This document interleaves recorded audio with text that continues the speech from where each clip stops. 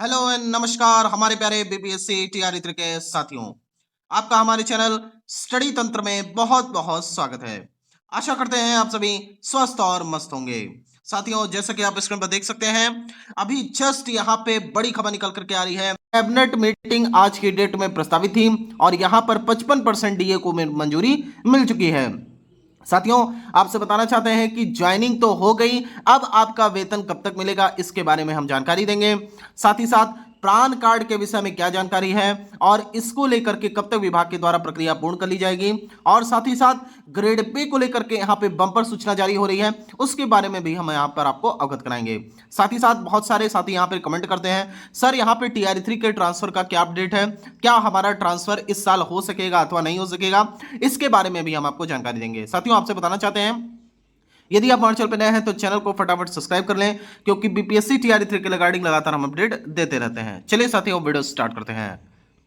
साथियों, जैसा कि आप स्क्रीन पर देख सकते हैं, वित्त विभाग सप्तम केंद्रीय पुनरीक्षित वेतन संरचना में वेतन पेंशन प्राप्त कर रहे राज्य सरकार के सरकारी सेवकों, पेंशन भोगियों, पारिवारिक पेंशन भोगियों को दिनांक 1 जनवरी 2025 के प्रभाव से 53% के स्थान पर 55% महंगाई भत्ता या फिर राहत का भुगतान एवं तत्संबंधी संकल्प प्रारूप की स्वीकृति के संबंध में, यानी कि आज कैबिनेट में जो यहाँ पर बैठक हुई वहाँ पर इसे अनुमोदित कर दिया गया। पहले यहाँ पर डीए 53% था और अब इसे बढ़ा करके यहाँ पे 55% कर दिया गया। आपको बताना चाहते हैं कि यहाँ पे टीआर3 के जितने भी साथी हैं उनका फिलहाल इस डीए से कोई भी लेना देना नहीं है, क्योंकि यह जो डीए है ये 1 जनवरी 2025 से लागू है।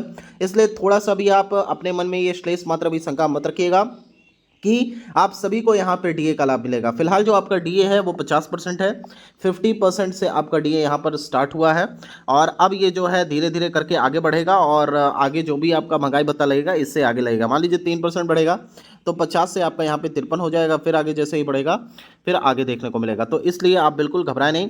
ये फिलहाल डीए जितने भी टीआर1 और टीआर2 के शिक्षक हैं और यहाँ पे जितने पेंशन वाले हैं या फिर जो नियोजित हैं, विशिष्ट हैं, उन सभी के ऊपर ये लागू होने वाला है। साथियों, अब आपको एक महत्वपूर्ण सूचना दे देते हैं, वो है ज्वाइनिंग के विषय में। आपको बताना चाहते हैं कि 15 मई से लेकर के 30 मई तक की डेट में जितने भी टीआर3 के शिक्षक साथी हैं वो सभी अपने अपने विद्यालय में जाकर के योगदान देंगे। सभी को यहाँ पे पदस्थापन पत्र मिल चुका है। जो कैंडिडेट्स अभी बचे हुए हैं उनको जाकर के शीघ्र अपने विद्यालय में योगदान करना होगा।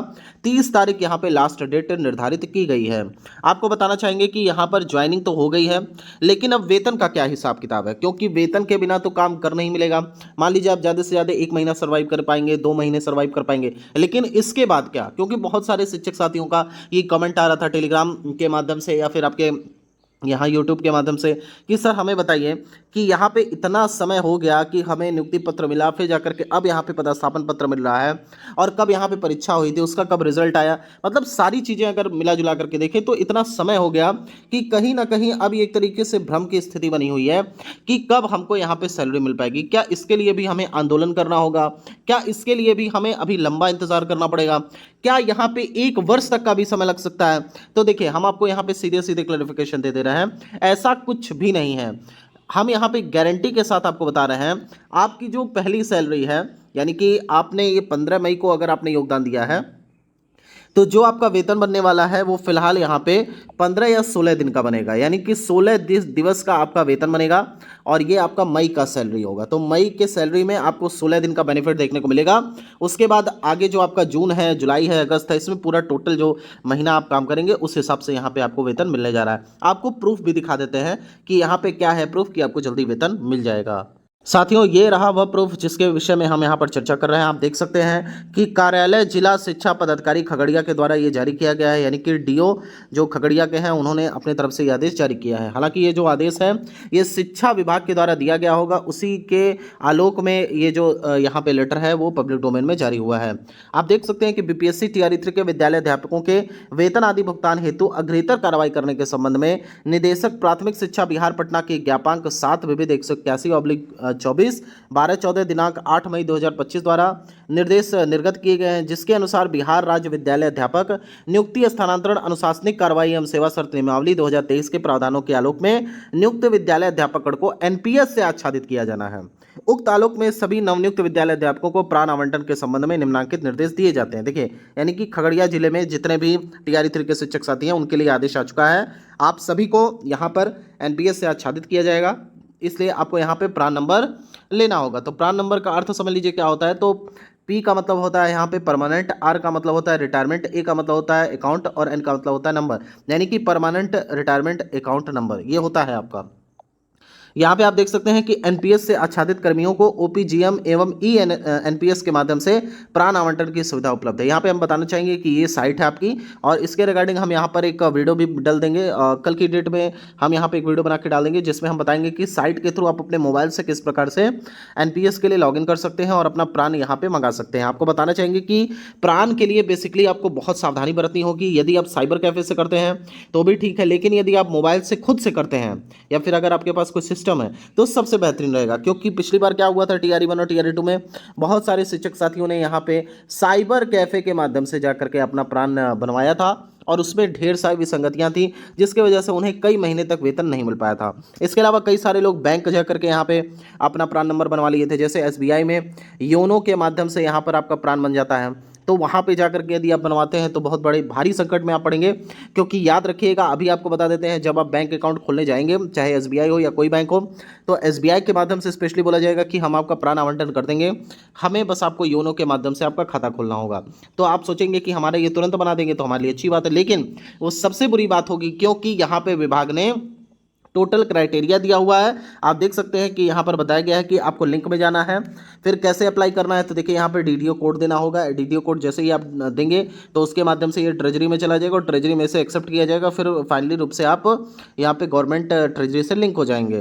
तो लिंक जाना होगा, फिर पदस्थापन पत्र, उसमें डॉक्यूमेंट्स देने होंगे, योगदान प्रपत्र देना होगा, आधार कार्ड, पैन कार्ड, और यहाँ पे कैंसिल चेक या फिर बैंक पासबुक की अभिप्रमाणित फोटो युक्त प्रथम पृष्ठ की छाया प्रति भी लग जाएगी। आपको बताना चाहेंगे कि आप सभी को एनपीएस के रिगार्डिंग हम नेक्स्ट वीडियो में सारी जानकारी दे देंगे, आपको घबराने की आवश्यकता नहीं। फिलहाल एक बात का विशेष रूप से ध्यान रखिएगा, जल्दीबाजी नहीं करनी है। हालांकि कल हम जो वीडियो डाल देंगे तो 2 से 3 दिन में आप अच्छे से समझ करके यहाँ पे अप्लाई कर सकेंगे। साथियों, नेक्स्ट अपडेट की बात करें तो ग्रेड पे के रिगार्डिंग बड़ी खबर निकल करके आ रही है। ऐसी सूचना प्राप्त हो रही है सूत्रों के माध्यम से कि यहाँ पर अगले महीने, यानी कि आपका अगला महीना है, अगला महीना आपका जून है, तो जून में जब आपकी गर्मी की छुट्टी होगी तो उसी दौरान एक मीटिंग प्रस्तावित है। उस मीटिंग में यहाँ पर ग्रेड पे के रिगार्डिंग बड़ा घोषणा हो सकती है, बड़ी योजना तैयार की जा रही है। विश्वसनीय सूत्रों के माध्यम से जानकारी प्राप्त हो रही है। फिलहाल तो अभी जो सूचना प्राप्त हो रही है वो यही है कि सारी चीज़ें पॉजिटिव हैं। इसको लेकर के वित्त विभाग रूपरेखा भी तैयार कर रहा है। देखिए, यहाँ पे कोई बड़ी बात नहीं है कि शिक्षक को ग्रेड पे दे दिया जाए, एक बात याद रखिए, क्योंकि बिहार में जितने भी राज्यकर्मी हैं, जितने भी, यानी कि जो कोई भी विभाग से वो बिलोंग करते हैं, उनको यहाँ पे ग्रेड पे का लाभ मिलता ही मिलता है, केवल शिक्षक को छोड़ करके। तो शिक्षक अभी तक जो थे वो राज्यकर्मी तो थे नहीं।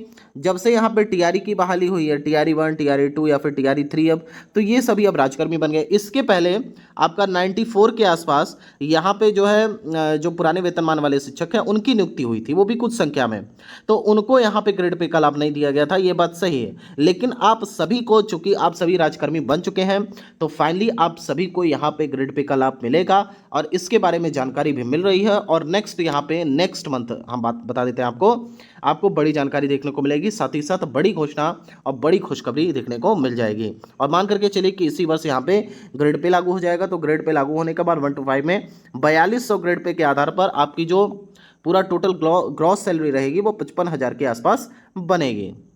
नेक्स्ट अपडेट की बात करते हैं तो अभ्यर्थी परेशान है सर ट्रांसफर के विषय में बताइए। तो देखिए, कल का अगर आपने एसीएस सर का वीडियो देखा है, जितने भी रेगुलर साथी हैं हमारे वो जानते हैं कि हम टेलीग्राम के माध्यम से लिंक भेज देते हैं, आप उस पर जाकर के वीडियोस को चेक कर सकते हैं, या फिर टोटल हम वीडियो ही अपलोड कर देते हैं आपके टेलीग्राम पर। तो टेलीग्राम से आप आवश्यक रूप से जुड़ जाइए, क्योंकि टीआरई 3 वाले साथियों के लिए अभी ये बहुत महत्वपूर्ण होने वाला है, क्योंकि विभाग का कोई भी लेटर हम टेलीग्राम पर तुरंत उसे अपलोड कर देते हैं, तो सभी आप लोग अपडेट रहेंगे।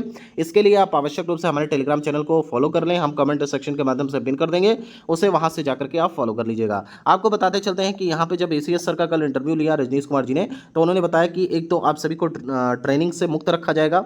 जितने लोग ये भ्रांति फैला रहे थे कि यहाँ पे 1 जून से लेकर के 22 जून के बीच में ही ट्रेनिंग प्रस्तावित है टीआरई 3 वालों के लिए, तो फिलहाल एसीएस सर ने ये क्लियर कर दिया कि ऐसा कुछ भी नहीं है।